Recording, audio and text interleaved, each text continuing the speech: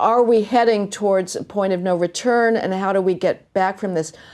This is the most difficult thing. The way we actually demolish identity politics, and again, the founding engine of this is disparate impact. We have to counteract the myth of bias.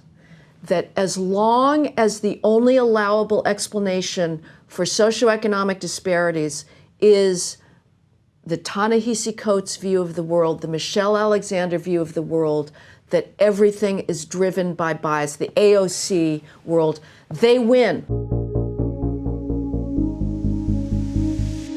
Hey, I'm Dave Rubin, and unless I've been impeached by a completely partisan vote, this is still the Rubin Report. As always, a quick reminder to click the subscribe bell so you guys have a small chance of seeing our videos right here on the YouTube. And more importantly, joining me today is an author, political commentator, and fellow at the Manhattan Institute, Heather McDonald. Welcome back to the Rubin Report. It's such an honor, Dave. Thank you so much for having me on. I'm glad to have you back. Had you on about a year ago. Yeah. And the people, they love you. That's what I learned. Good. That's what I learned in the YouTube comment section. It's just the aura being in your presence. Yeah. You know, there's so much love coming at you that a little spills over. All right, well, you're killing it in the scarf game today, so I feel like I have to be very sharp. Oh, thank you. It's not too brilliant. So here we go. So one of the things I wanted to start with here is something that we discussed briefly for about 5 or 10 minutes in our last interview. You are a secular conservative. Mm-hmm. And I think a lot of conservatives seem to think that that is either an oxymoron or just simply cannot exist because conservatism has to have some sort of religious underpinning. So I thought that would just be an interesting place for us to pick up the conversation. I base my conservatism on empirical truth, on what I've observed in life. I can talk about the necessity of the two-parent family because we can see empirically what happens when the marriage norm breaks down in communities. I support most traditional values because I think we have a history of stability when those are honored. I don't think it's particularly stable to rest a set of political principles or moral principles on the basis of revealed wisdom, that this holy book supports this. And I'll notice this, people who I respect enormously, Dave, whether it's Dennis Prager or Michael Medved, that are making the argument that you cannot have a moral society without a foundation of religious belief, I would ask them, these are two brilliant Jewish thinkers, why don't you believe that Jesus is the Son of God? It's revealed truth. The New Testament says that this is gospel. They don't believe that. So basically, if you're going that far with religion and you're saying you need this revealed truth, this belief to organize a society, why not the next level of the revealed truth or whatever the next level is or something like that? Right. They will not take it as simply necessary truth, the fact that the New Testament claims to be the Word of God. Why don't they believe that? They're basing their same belief in the Old Testament on the same claim that the New Testament makes. They just choose to be agnostic or atheistic about one of those holy books. I could apply the same challenge to their belief that the Old Testament is the revealed truth because it's simply self-validating. So I would look for a different set of principles that does not depend on one's suspension of disbelief and an acceptance that something is revealed truth for my moral code. So with that being said, does it matter to you if the end result is the same, right? So I'm going to guess that on most of the important issues of the day, you probably agree in large part with both Dennis and Michael Medved, and most conservative thinkers that maybe come from a more religious background. So at the end of the day, when it all washes away, do you think it really matters? Do you think that's sort of a long-term problem? No, I guess if we arrive at the same place, I think it's a problem for that segment of voters or thinkers who don't find those appeals particularly interesting. But I'll be very honest, Dave. Part of my resistance to this is simply I don't find claims of petitionary prayer and the idea of a personal loving God consistent with what I see what I call the daily massacre of the innocents. To me, it's a very hard claim to make that I should expect God to pay attention to my well-being when he's willing to allow horrific things to happen to people far more deserving and innocent than I am. So for me, it's partly just a truth value. I cannot stomach what appears to me to be a patently false claim about a personal loving God. It's interesting. I've mentioned that I've had John Kasich in here, who's the former governor of Ohio and presidential candidate, obviously. And when I asked him about faith, he said something that sounded sort of almost flippant, but I thought it was really actually pretty insightful. He said, you know, some people can do it with God, I just can't. And I thought that was actually like, you know, for a certain set of people, where you're able to sort of always sort of maybe go back to your intellectual side. Some people just sort of get tired of that. Does that make sense to you? And I also think I think it's genetic. I know that I am not particularly predisposed towards metaphysical questions because I don't think they can really be answered. So the idea of what started the universe, we can't really answer that. I think that to say God, that's just a placeholder for ignorance. Right. That doesn't help, you know, because I may have to get you in here with Prager I'd love to discuss it. Yeah, you well, get we could do infinite that. regress, Yeah. you know, so where did God come from? It's just putting off that moment of ignorance a little bit further. So I don't find those questions particularly relevant. On the other hand, I recognize that for much of humanity, that is a very deep need to ask these basic questions about origin and endpoint. Where are we all headed? What is the meaning of life? To me, anybody who claims that he doesn't find meaning in life when there is Mozart and Haydn, to invoke a Dennis Prager favorite, or Beethoven or John Milton or Aeschylus or Anthony Trollope, or just waking up with something. purpose for whatever you do. Trying to do the best you can do. I don't find life meaningless for 1 second. Yeah, so does it worry you then when Republicans or more broadly conservatives talk about God all the time? Or now that we're seeing sort of a huge fracture in what's happening with the left, they're like completely afraid to even mention God or anything like that. Bernie, I think, is basically an atheist, although he won't really say it because I think there would be political repercussions. Right. But are you, like, does that make you sort of feel not totally at home with the conservatives? Well, you know, I grew up in a very secular environment, and so it was a novel discovery to me in the 90s when I was in a more conservative writing circle, and I grew up as a default liberal. I hadn't been exposed to religion. I mean, it is an amazing thing. I had been educated on the coasts, and I didn't realize how different they were. So in one sense, I'm very parochial. And I hadn't been exposed to the degree of religious faith. I guess I find it, I'm always amazed what to me seems parochialism when I hear, especially Christians in a political environment, getting up there and talking about Jesus as God.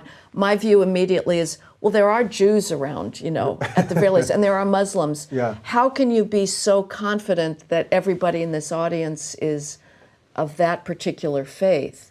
And I also would notice simply that religion has been tamed by the Enlightenment. It has now been taught to mind its manners and sit quietly in the corner. We all, you know, the great kissy-wissy between Jews and Christians that we all now talk about, the Judeo-Christian environment, heritage, and perhaps rightly so. That's a novel thing. Right. It wasn't like that. It wasn't like that. There were things called the Crusades and a whole bunch of other stuff. Yeah. Exactly. Yeah. And all these religious supporters are saying we cannot live without it. They are conveniently overlooking what the history of religion has been in our tradition and still is in many other places that have not gone through the Enlightenment. The concept of tolerance is not a religious concept. It's an Enlightenment concept. And religion in the West has been forced to accept tolerance, which is a very good thing. But that is not an idea that is inherent to religion. Right. So I don't want to be Prager or Medved's lawyer at the moment, but I think what they would say is that it was all the religious stuff that organized society that allowed us to get to the Enlightenment, so that the Enlightenment could then, unfurl all these good ideas? Well, I don't think Christianity or Judeo-Christianity has any necessary monopoly on moral virtues. I think there's a certain core sense of, I don't know any culture that says murder is okay, but every culture starts to make certain distinctions. What? They don't last that long. Right. Yeah. But it's fun for a moment. You get to give in to your most aggressive tendencies. Right. Where do you think Trump falls out on this? Because I don't think anyone really thinks he's a religious person or perhaps even a believer in any real sense of it. Yet Christians or evangelicals especially really seem to like the job that he's doing. Well, I don't think he has particular principles or deep thoughts about much of anything.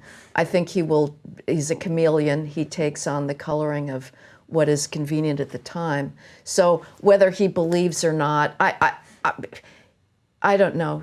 I don't think he's thought much deeply about it either, and it doesn't really matter. But certainly he's willing to speak that rhetoric in order to get that vote. And it's an interesting question. I mean, we're more ready to have a gay politician probably than somebody who is an avowed non-believer, which is an interesting. So taking the other side of this, as we watch sort of this internal civil war of the Democratic Party between the socialists and the last few remaining decent liberals or whatever you want to call them, I do see a connection between not necessarily belief, but they no longer have any sort of guiding principle that they believe in other than the state. Mm-hmm. Do you see something like that? Like not that you need God or you're going to have the state, but because they have almost nothing. It's starting from nothing other than the state.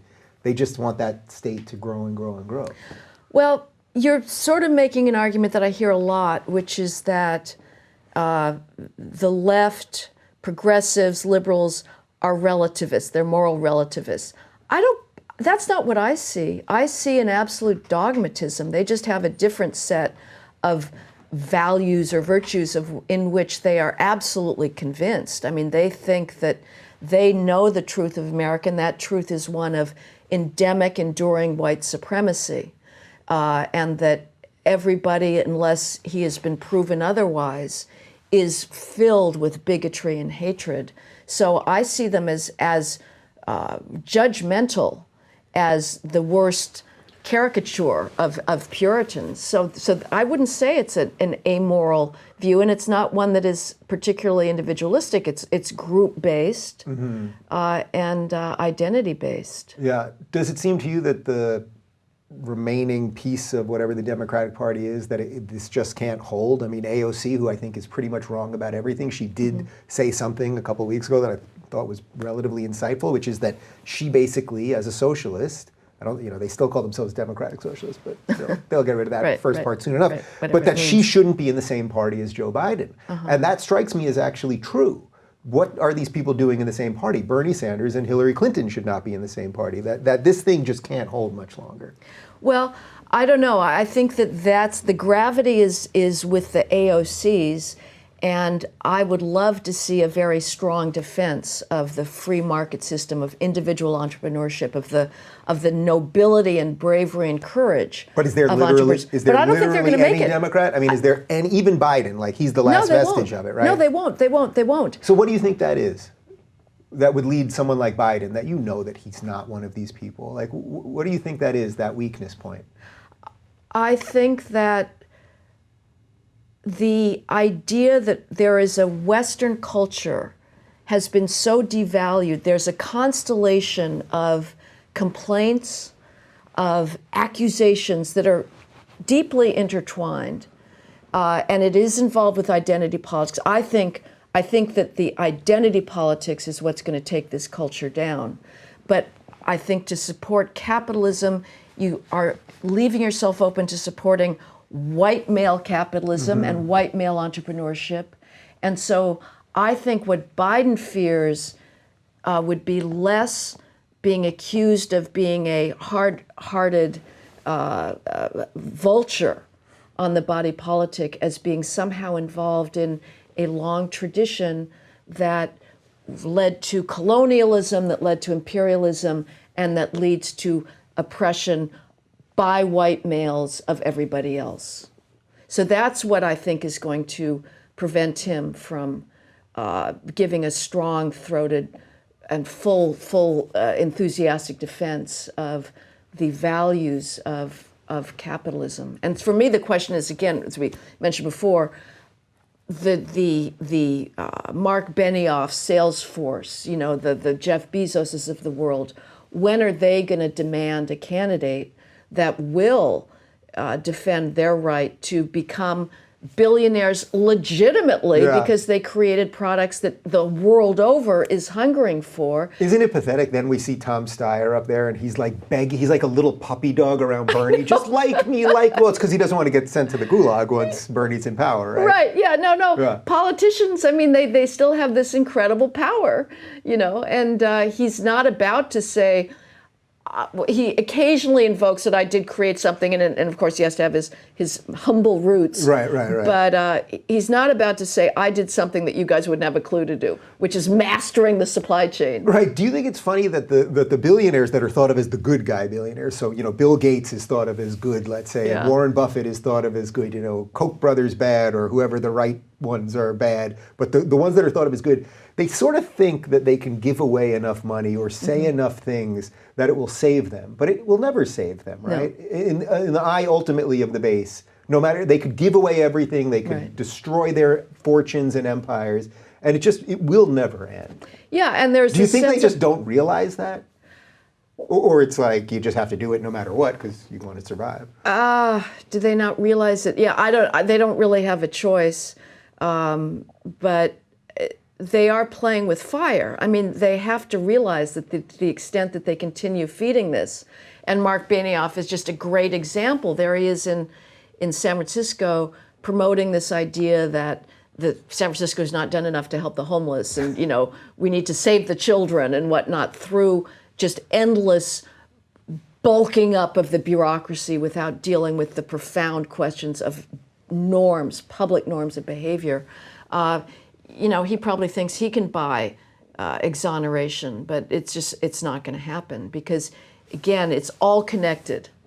You know, the same left that has been dominating homeless politics in San Francisco for decades, the Coalition on Homelessness, they are connected to the entire woke discourse, whether it's regards to illegal aliens or you know, white supremacy or male toxic masculinity. It's all part of the same thing. So let's shift actually towards the homeless portion of this, because I watched this morning a talk that you did about the San Francisco situation, which everyone knows is horrific. I've told this story a million times, but when I was there about a year ago, I went out to dinner with a friend, and we were at Morton's Steakhouse. So it's a nice street we're on, a supposedly nice street. Mm-hmm. Our car got broken into right outside the restaurant. They stole my bag and my notebook and all this stuff. And I took a picture of the broken glass and I tweeted it out. And I kid you not, I got hundreds, if not thousands of responses, basically all saying the same thing. Dave, what kind of idiot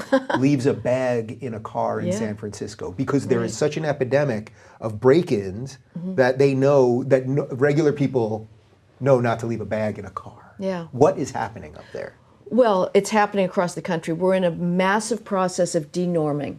We are unraveling every standard in the name of racial justice. So what happened in your car, that's a product largely of Proposition 47, one of the ballot initiatives in California that downgraded a whole bunch of felonies, including felony theft, to misdemeanor status because of the problem of criminal laws having a disparate impact on minorities. Do you think the people that are pushing these laws, that it's the road to hell is paved with good intentions always, do you think that they really think they're doing something good, even though all the evidence always points to the fact that it gets worse after these policies are implemented?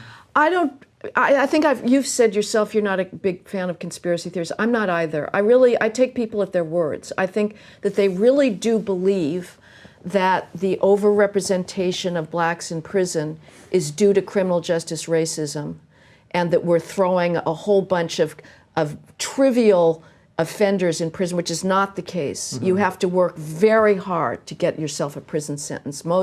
Any big city, you're triaged out. You know, if you steal somebody's car, a DA is going to be completely uninterested in you. You have to steal it at gunpoint with the driver still in to get a big city DA interested in actually prosecuting your case as opposed to just giving you probation and sending you on your way. But no, I think that they really do believe that the criminal justice system is racist, and that the way to solve that is to not prosecute, not put people, and defang the police. And of course, the problem is, yes, there's a vast overrepresentation of blacks in prison, but the thing we should be concerned about is that blacks are victimized by crime the most. And I go to community meetings in inner city neighborhoods all the time.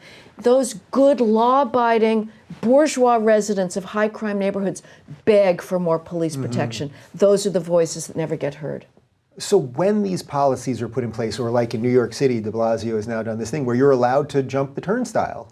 They will not stop you. So it's like you're basically saying to everybody that pays, right? And I lived in New York City most of my adult life. I never jumped a turnstile. You're basically saying if you pay, you're an idiot. Yeah. Like, why should you do it? And so they're actually encouraging more and more people to not follow the law. I know, and AOC has as well. I mean, this is really, for a politician to defend turnstile jumping, that's an impeachable offense.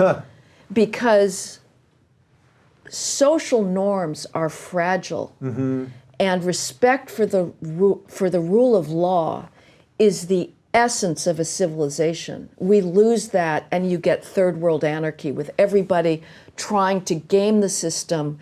You know, queuing is a thing of beauty. We take it for granted, but for people to be able to quietly wait in line and wait their place, as opposed to trying to, get to the top and just muscle everybody else out, break the rules, whatever, to get ahead, that is has been a sort of normal condition. And for respect for for the law is incredibly precious. And to say it doesn't matter and the police should walk on by, you are playing with fire. You are on the road to anarchy. Do you sense that we're in a much more precarious place right now related to that than we've ever been, or at least, or maybe in the last, let's say, 50 years, something like that? Well, we had this extraordinary revolution that nobody foresaw in the 1990s. In the 80s, the reigning wisdom on law enforcement itself was that police could do nothing about crime, that crime was a product of inequality and injustice, and until you solved poverty and economic inequalities, all the police could do would respond after the fact. So why even bother? So this is like why New York City, and especially Times Square, was a drug den when I was growing up going into the city. Because police would just walk on by. The FBI publishes an annual crime report. Throughout the 80s, they had a disclaimer saying, well, of course we know homicide is a social problem that the police can't solve. So the 90s had this incredible, profound moment where that whole ideology of passivity before social anarchy was turned on its head, and you had Mayor Giuliani coming in. Giuliani in his good days, I don't know what's happened to him now, it's very depressing to me, but he was one of the greatest mayors, if not the greatest mayor New York ever had. And his police commissioner, William Bratton, said, no, we are actually the police are gonna lower crime by enforcing the law. And we learned that enforcement matters. You change people's behavior, you deter criminal offending, and they started paying attention to those low-level crimes in Times Square, the squalor, the turnstile jumping, the graffiti, the urinating in the streets, and they changed public norms. And the whole broken windows theory is correct. And even if it doesn't prevent higher level crimes, it's what people in high crime neighborhoods beg for. They want public order on the streets. And now that is all being thrown away. And again, the reason is disparate impact. So, all right, so as someone that deals in fact, and that's what your books have been about, and that's why my audience digs what you do, do you ever find that sometimes facts just aren't enough to change the discourse? So it's like, all right, well, then, okay, we could probably move on. No, but so how do you deal with that then? Because I find this to be like the most sort of strangest place for conservatives to be right now, which is that most of the facts seem to be on the conservative side of things at the moment. Like, it just seems to be reality right now. But I think conservatives have a really hard time breaking through either the cultural part. I think that's actually really changing right now, partially because of Trump. But sometimes facts just aren't enough, right? I mean, I was telling you, right, when you sat down, we were talking about the homeless thing. The Target that's a half-mile from my house, there is a massive homeless encampment. Massive. I mean, it's like a city there now when I go to Target. And it's like, well, we could talk about why some of the reasons that you just laid out are allowing this to expand, but a lot of people don't want to hear that. Well, you know, this is something that you have been thinking about for much longer than I have, of how do you change minds? What is the nature of rational discourse? What is its limits? And, you know, we learn from people like Jonathan Haidt that, in fact, reason often acts as a after-the-fact justification for people's instinctive value systems and ways of looking at the world.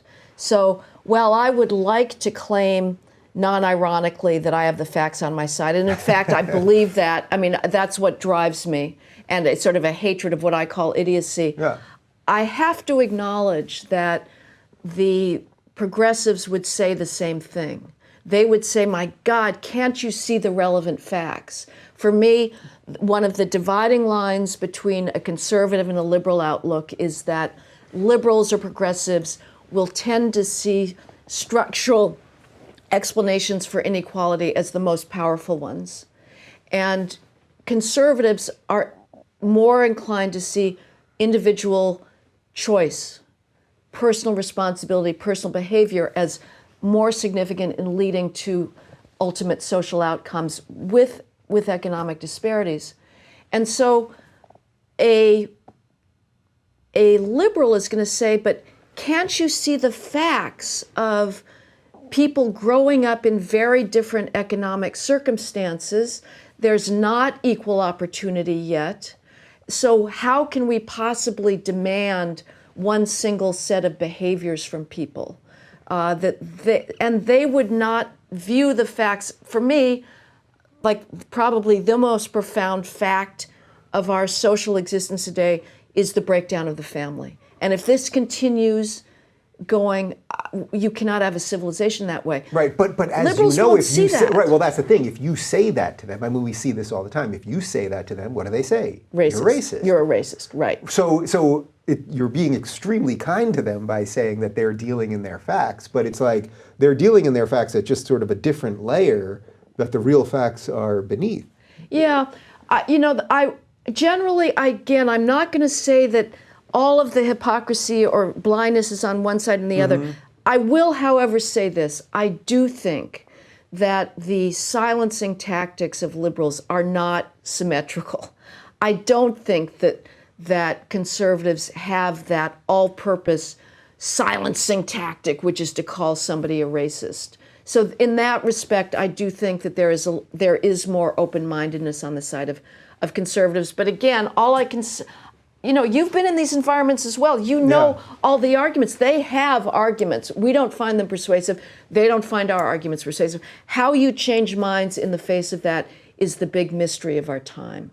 And, I know that, again, I grew up a liberal default. What changed my mind is starting to do reporting and go into environments like I started doing journalism in the 90s in this great renaissance of New York under Mayor Giuliani, who was taking on one sacred cow after another, whether it was the welfare industrial complex or the crime justifications.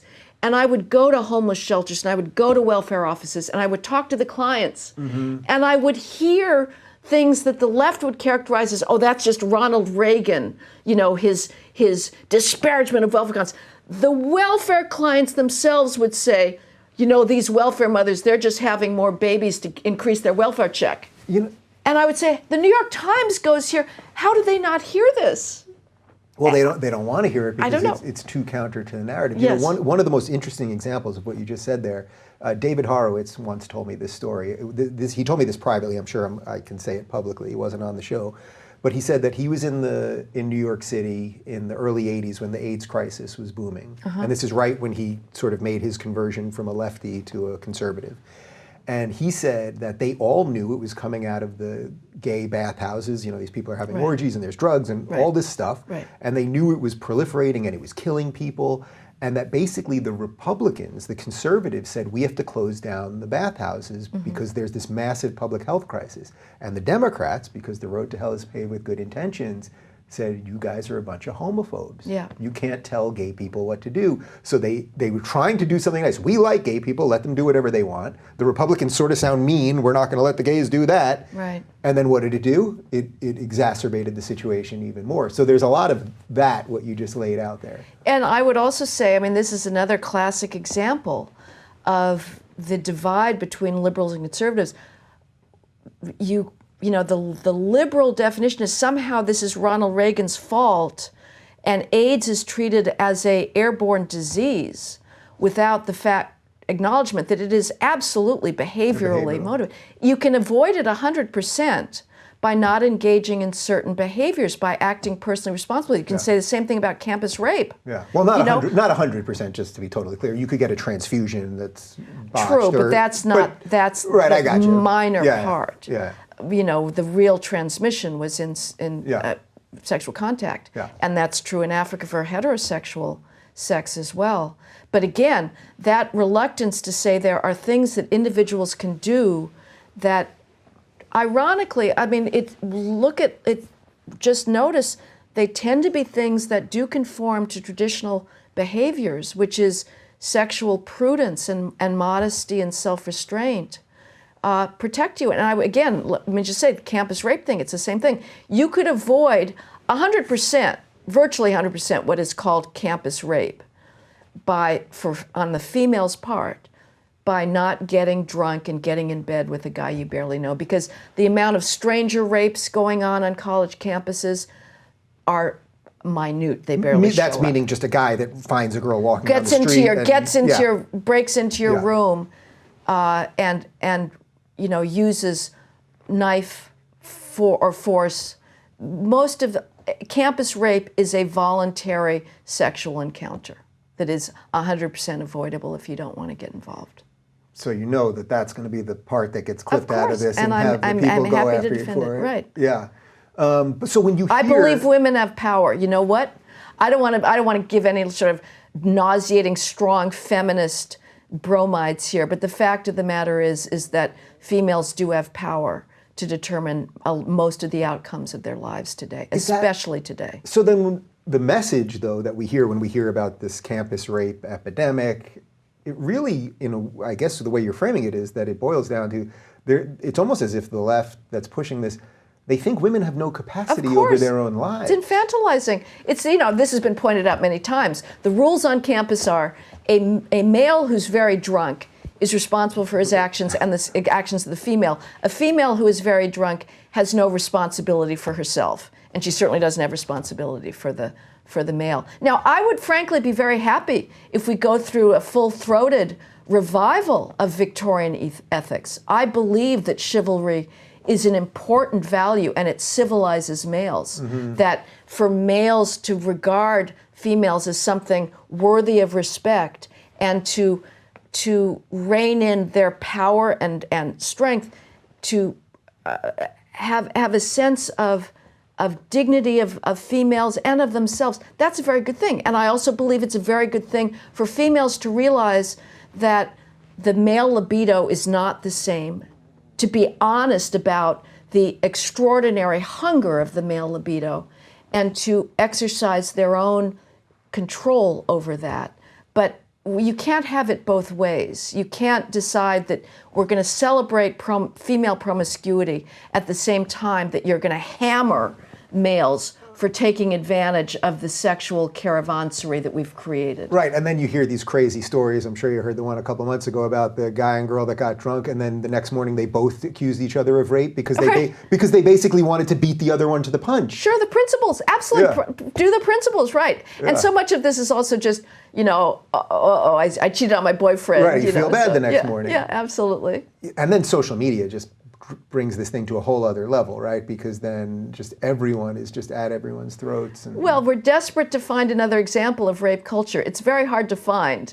In fact, again... What would be rape culture? Like when they say we have a rape culture really would be... Well, certainly it's not in America. I mean, there might be it's in India, it's in Afghanistan. Yeah. It's like... it's like being forced to be in a hut in Nepal, in rural Nepal, if you're menstruating. You know, it's a tolerance for group rape that is finally, you know, women in India are finally trying to sort of push back against this. But in a lot of Afghan villages, it's, you know, the problem is now the female is now banned from the village because there was rape with force. But please do not tell me that females in this country are victimized by rape culture. In fact, females from the time that they are sentient are the target of nonstop messages of female empowerment. You go girl, code, girls who code, whatnot. It's incessant. It's the males in our culture today who get no positive encouragement, and they are withdrawing. You know, there's the failure of males. You can see it in the social indicators is huge because suicide rates, all of it. Absolutely, they are told that they are the bearers of toxic masculinity, and this is a very dangerous thing that we're playing with. What tools have you seen to get men out of that? I mean, I think Jordan Peterson was as close to a sort of mass move to get young men out of this thing. Right. I think we need more voices like you and Peterson. And if somebody was a political genius to try and organize your followers, because they're out there, but they need to be more vocal and more empowered. I mean, one of the things I love, but again, this is precluded by the moment we live in. I think the Boy Scouts was one of the greatest inventions. You know, this was an invention to try and help poor inner city kids that were themselves the subject of breakdown of social mores. But it gives boys a code of virtue and goodness and honesty and achievement.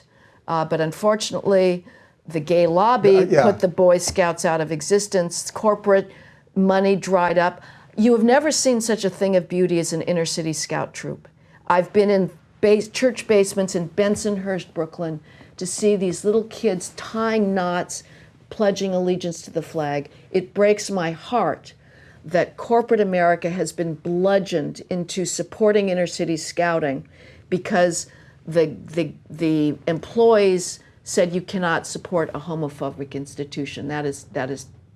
It is tragic. All right, so let's dive into that a little bit. So I'm with you that the gay lobby, they attacked and tried to basically destroy the Boy Scouts. But you as a person, I know you don't want to push your values on the Boy Scouts per se. Would you have cared if there had been a gay scoutmaster? You personally? I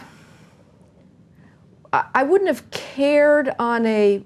Because that's really what it seemed to have boiled down to when the lobby moved on them. I don't know. I would be sympathetic with parents who were worried about child abuse on a camping trip. It's a small risk, but it is a risk nonetheless. I'm sorry. Let's be honest. It is a risk. So I would say the good compromise was keep it. You don't have to be out about it, perhaps, but I just don't think. I don't think that issue is relevant for the vast majority of scouting, especially again in the inner city. It's just not relevant for these kids. They don't, what their stance is on homosexuality doesn't really matter. Right. See, well, that's the part that. So I agree. It doesn't matter. I would want to know what the numbers bear out, I suppose, relative to like a predator infiltrating and then molesting a kid. Obviously, you don't want that. But yes, I think the way that the lobby comes in and then just bludgeons them to, you got to do what we want you to do, thus sort of destroying all the goodness there. I'm completely in line with you on that one. Yeah. I guess I would just say again, the kids are more important than asserting gay identity. There's plenty of other places to have gay pride. You don't have to do it in the Boy Scouts. So with that in mind, are you concerned that all of our institutions are going to succumb to this stuff? Like, it seems like everything's They already have. No, it is not. I mean, we want to be optimistic. Yeah, we're all pretending now. We're past that point. Because I know you think that 2020 is going to be the year it all crashes apart. Well, I think that it identity will. politics is self-defeating. It can't go any further. I wish I shared that view. So I'm basically there. Well, what I think is going to really happen, not that it will ever burn out completely, because I think it is so psychotic in nature and unhinged from reality, but I think this election will cause it to have a necessary split. Something like that. So the split that we talked about earlier about the AOC and Biden should not be in the same party. I think enough people are going to fully realize that the social justice warriors will carve out whatever their thing is, and then the other sane people will have to decide, are we still Democrats or are we going to become Republicans? But yes, I don't know, will it crash to the point of that they're going to give up? Well, these people show no signs of ever giving up. Well, again, I hate to sound apocalyptic, but this is a genetic thing. I know that I'm inclined towards that by definition. But it is impossible to overstate the power of the assault on meritocratic standards in our culture today. Colorblind, genderblind meritocratic standards. There's not a single institution that is not on the defensive. If it has any kind of achievement standard that has any kind of disparate impact that does not result in exact proportional representation, whether it's 50-50 males or females, or minority-based representation, any standard, whether it's in the STEM fields in science, that does not result in that halcyon proportional representation is now under assault. Every corporation there might be has some Christian private school, right, that has withstood some of this, something like that? That's dedicated or conservative, to classics. Maybe has fought some of it. Yes, in fact, I mean, I'm always cheered on whenever I see a panel that's coming out of some think tank and it's all males. I think, one last one, And frankly, let's be honest. I mean, what I track is the natural experiments they absolutely explode the feminist explanation, because there are a few institutions out there without any gatekeepers.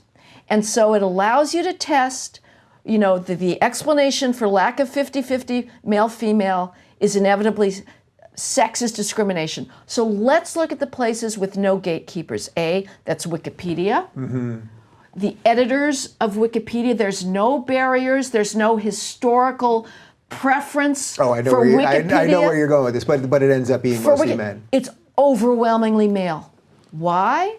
Because males, on average, and I'm not talking about your daughter, Ben Rubin, the Dave Rubin listener, she's going to be a Nobelist, but on average, males are more interested in facts, in things, in ideas, in accuracy, in sports trivia, and they're the ones that want to get involved in that discourse. Recently, we saw there was the historic matchup of the 3 greatest Jeopardy winners. They were all male. If you look at, I wrote about Scrabble Championship. There's no barriers to entry for Scrabble. Like, all of the winners throughout history, of a very short history, have all been males. So if we were to take this back to what we discussed earlier, where then the lefties would maybe look at a separate set of facts to explain that, they would say something like, well, it's because we teach boys to care more about math or something like that. And you would just say, no, that there's biology before that. Absolutely, absolutely. It turns out the most gender equal countries are the ones that have the biggest disparities in preference for professions. Right, so this is the Sweden experiment. Exactly, exactly. And again, this has not been the case for so long. We've had, again, strong females together. That has been the ethos of American education now for decades. It is just not possible to say that females are being discouraged from math. They are being encouraged at every single moment. That there's any male mathematicians is a miracle. It just shows how strong that imperative is at the extreme versions. Again, we all know the distribution curves. Males are the worst math dummies, but they are also at the highest end, the most math gifted. Do you think that there's just a certain amount of cognitive dissonance that comes with a lot of this? Like, did you happen to see a couple weeks ago, Stephen King sent out a tweet that he's against diversity in arts because, of course, you wouldn't want painters and authors and creative people to have some sort of diversity quota. But this guy's a lefty, progressive, the whole thing. And he's definitely for diversity quotas and all the other things, but not in arts. And I think Wow. it's partly because he's an artist. Yeah. So it's like, not in my field, because we're creative and creativity should always rise to the top. But for you people, but in essence, what he's saying is, well, doctors and pilots and the rest of you, it should be based on skin color and sexuality and blah, blah, blah. But not artists, because we're... Hilarious. Well, I'll take it. I mean, if he's he's actually willing to defend the arts, because that is, I mean, anybody who subjects himself to the New York Times arts pages today, it's all it is. It's all it is diversity, female and people of color diversity. So his position, it may be a narrow one, but I'll take it because... Right, because they're the kernels there at least, right? So then it's like maybe something can grow out of that. Yes, but it's also, on the other hand, I really relish the fact that Hollywood is being pressed to sacrifice its best box office judgment for the gods of diversity. You know, and are they they're absolutely torn. Which do they do? Do they choose to have female remakes, that may not be the box office sellers or may not be as good in order to placate the Oscar bean counting and the Golden Globe bean counting? Or do they just say, to hell with it, we're just going to tough it out? I don't know. But it's really great. Yeah, what an interesting time to live in. So I sense you're pretty enthused about sort of the way the world is at the moment. Like everybody sort of everyone feels like it's crazy, it's never been worse, we hate each other more than ever before. I mean, I think all of that is nonsense anyway, and social media makes us all feel a little crazier. Yeah. But you seem to, even though this is serious stuff, I mean, you're talking about institutions all being infected, you got a smile on your face as you're talking to me. Yeah, but it's a pleasure to have a fellow skeptic here. And I would say, to get back to an earlier question of yours, are we heading towards a point of no return, and how do we get back from this? This is the most difficult thing. The way we actually demolish identity politics, and again, the founding engine of this is disparate impact. We have to counteract the myth of bias. That as long as the only allowable explanation for socioeconomic disparities is the Ta-Nehisi Coates view of the world, the Michelle Alexander view of the world, that everything is driven by bias, the AOC world, they win. But if we've lost the schools already, which I suspect you think we have, of course we have. certainly at the college level, but even if we've lost K through 12 ethnic if studies we've lost everywhere. all of that, then suddenly this rosy picture gets a lot more murky, right? Yes, I'm not a rosy person. All I know is the way we get it back is to start giving alternative explanations. And if people are terrified to talk about, there are behaviors, the education gap. I mean, what we see now, it's tragic. Your average black 12th grader reads at the level of your average white 8th grader.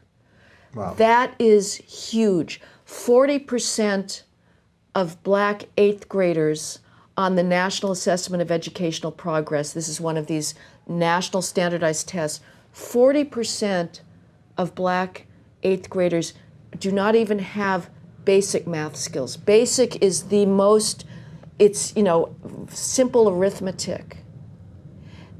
Those types of statistics make this expectation of proportional representation ludicrous. Right. And yet, the cowardice on the part of our mainstream institutions cannot be overstated.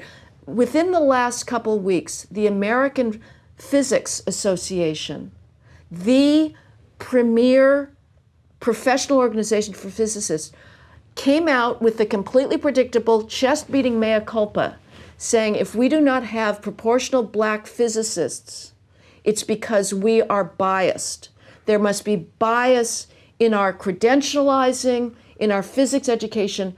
These are people who we're supposed to believe are smart. If they can't look at the data... It's anti-human, actually, in many ways. It's anti-human. It's saying you have no control, But what has to happen is there has to be a major change in inner city black culture to get rid of the anti-acting white stigma. There has to be behavioral change, a different attitude towards academic accomplishment.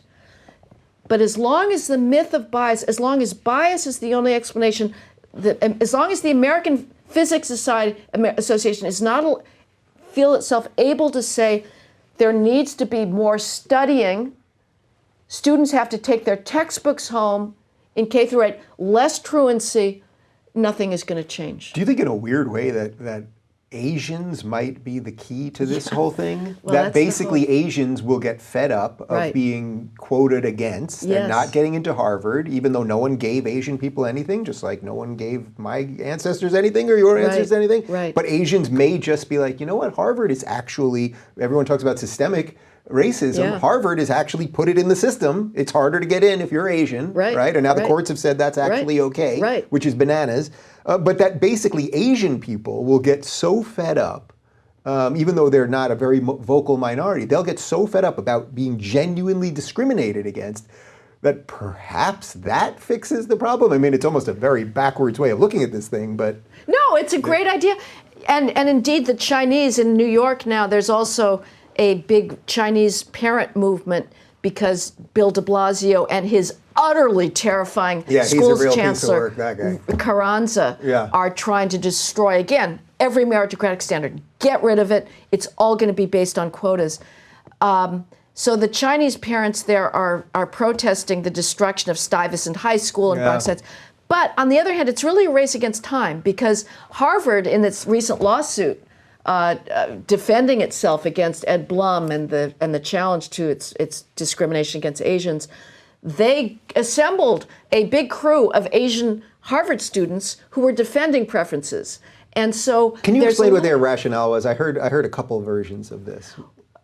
Just diversity, and we got in, so like it didn't hurt us. But I think the rationale is that the lure of identity politics and being anti-white is the key to the elite. That elite identity in this country now is against establishment values, and it's against meritocracy, and it's a commitment to the idea of white supremacy. So to the extent that colleges can end up cloning Asian students in their own image of identity politics, and it is happening. I mean, you can go to UC Berkeley. The degree of specialization of the different ethnic groups there. So you have the Filipino club and the Samoan club, where everybody, there's power in victimhood. And the sort of laughable irony is that so a lot of these left-wing Asian students want to be viewed as students of color. Please, we're students of color as well. The irony is that the administration said, no, you're not students of color. You don't count if they're students of color. Your minority thing doesn't count. You're whites. For the sake of our quotas, your guys are white. So the poor students are, wait a minute. Why don't we get to be students of color? But now they're super white. They're not just white, right? Like they're extra white now. They trump whites. That's right. Whites are actually get preferences over Asians. So I don't know. It's a really good question about self-interest versus ideology.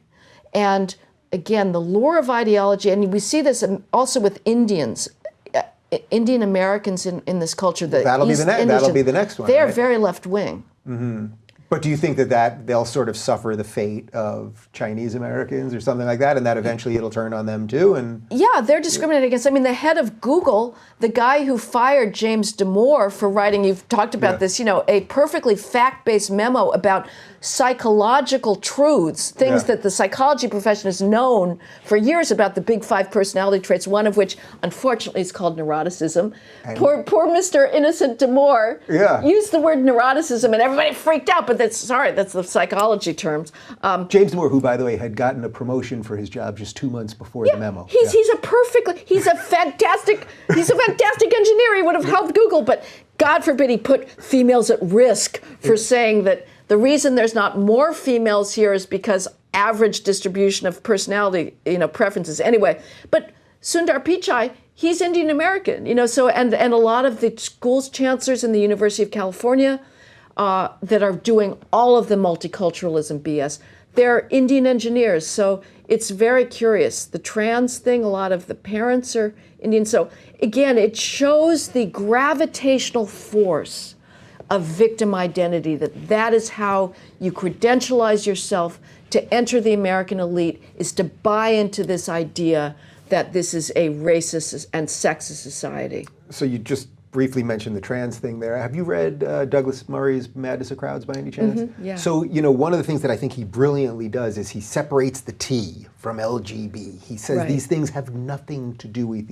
each other. Right. Do you basically take that position and sort of see why the trans movement has sort of spun off into something that's completely not about equality now? And yeah, it's so clearly a power play. Why anybody takes these 14, 16-year-olds seriously at face value, the desire of every adolescent is power. It is to be able to bend adults and the world to your will. And this is the most brilliant... We call this Greta Thunberg syndrome. But to be trans has even more power because you can trip people up in an ever more arcane linguistic thicket. And if they make the most innocuous linguistic error, they are guilty. And so it is a way of asserting power over the world, and it's endlessly fertile and fecund. It generates more and more categories, and it is something amazingly, nobody thought about this 5 years ago, and now we're all supposed to believe that this represents some essential truth about human nature, where, again, it is just a way of clawing to the top of the viciously competitive totem pole of victimhood and being top dog for as long as it lasts, and who knows, big sweepstake award to whoever can come up with the next victim that will dethrone the trans identity, but it will come. Right, that's going to be a big one. What that one could possibly we just all be. wait, it's something fun to look forward to. Right. So I take it when Biden said that when you're going to jail, you should be able to pick which prison you go to, dependent on your decision about your own gender. You're not a big fan of that. No, but again, look at the power. There you are, a prisoner, and you get to flip the tables and say, now you, state prison authority or federal prison authority, you have to bend to my will. It's just incredible. I remember the time, it was maybe summer of 2014, the Times ran a full-page editorial announcing the dawn of the trans era, that this was the new civil rights campaign. And it's just not true. Again, there's a very minute number of people for whom this is authentically a psychological disorder. But I think for most of it, I've talked at college campuses, and I don't really address the trans phenomenon, but in one talk at St. Olaf, I read a section, a piece of prose that was written by some trans guy who was his head was all like tied in knots because he was trying to figure out when his gay friends called each other she and her in a gay rhetoric, and then they referred to this trans person, Alex, as she and her, whether they were respecting his identity, disrespecting her. And I thought, and my point was, this is so trivial. Yeah. This is so trivial. You guys should be thinking about things outside of yourself. How about you lose yourself in the past? That's difference. But that was my only reference to this.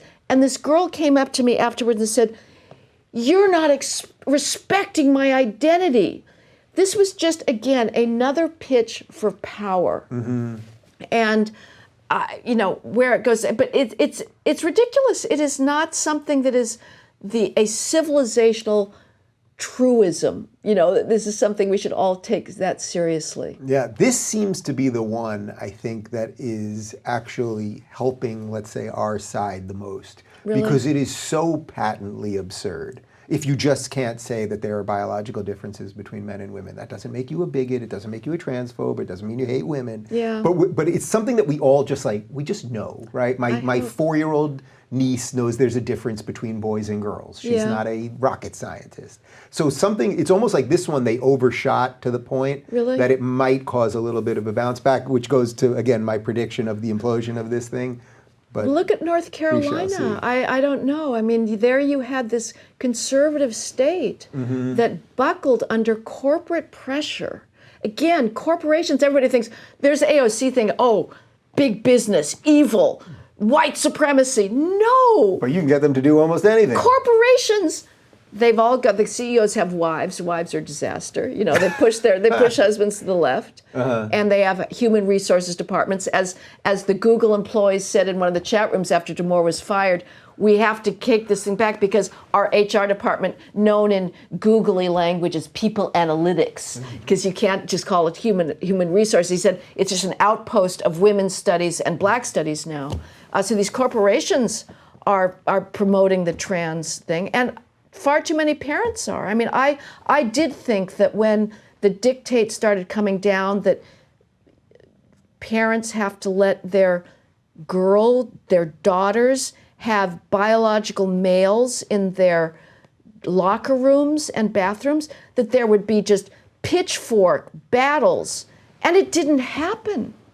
I keep waiting for the massive rejection of this. It's not happening. School after school district is enacting trans policies. So you show me where, besides the Navratilova and Rowlings, that this has actually put any kind of dent in this crusade. Well, I think Ricky Gervais' speech at the Golden Globes, where he just torched identity politics and torched this very town that we're in right now. I think the J.K. Rowling thing. I think Martina speaking up and then them attacking her about trans athletes. I think it's just starting to bubble up. Okay. Which way that goes, we don't know. But I think people are getting a little bit braver. I hope so. Don't Burn This Book comes out on April 28th, and it's about giving people the keys to the bravery thing. Believe me, everybody's got it in their calendar marked. Yeah. All right, we only have a couple minutes left. You plow through so much information at once that I feel like we've been talking for 10 minutes, but it's been about an hour already. Okay. I want to go over time. So, what else has sort of been on your mind lately? Like, what is something that maybe I'm not tracking, or that you think regular folks aren't tracking, that you sort of see as another frontier we're going to have to be fighting on? Oh man, that's a bad question without an answer. Without an answer. Well, you said what's going to be the spectacular one that knocks trans off this, but is there something else that you're sort of seeing new data on, or just that's piquing your interest lately? No, I'm just paying a lot of it. For me, my heart lies in universities. For me, there's no greater good than the privilege of being able to study the great works. And so I keep hoping that there will be pushback there. I guess I've seen there are some signs of hope in a movement to start classical academies at the K through 12 level that are explicitly dedicated to teaching the great books without identity politics. I think that movement has to be supported. I wish philanthropists would do more to put their money behind beauty and wit and irony and greatness and sublimity.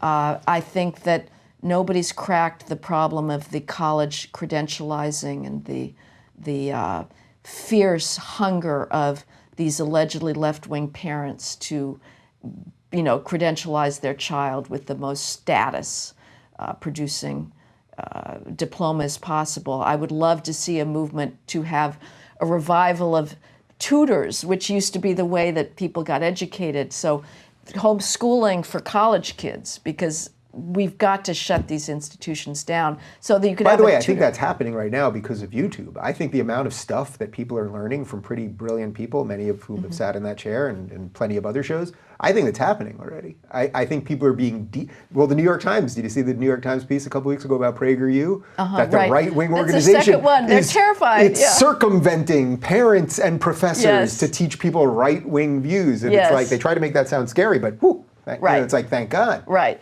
I mean, I adore PragerU. I adore Dennis Prager. I would say he's doing basically political topics, which is absolutely necessary. He is taking on the lies that are so distorting our world, that he's not taking people through books 1 through 12 of Paradise Lost. Mm-hmm. One needs time, one needs depth, one needs focus.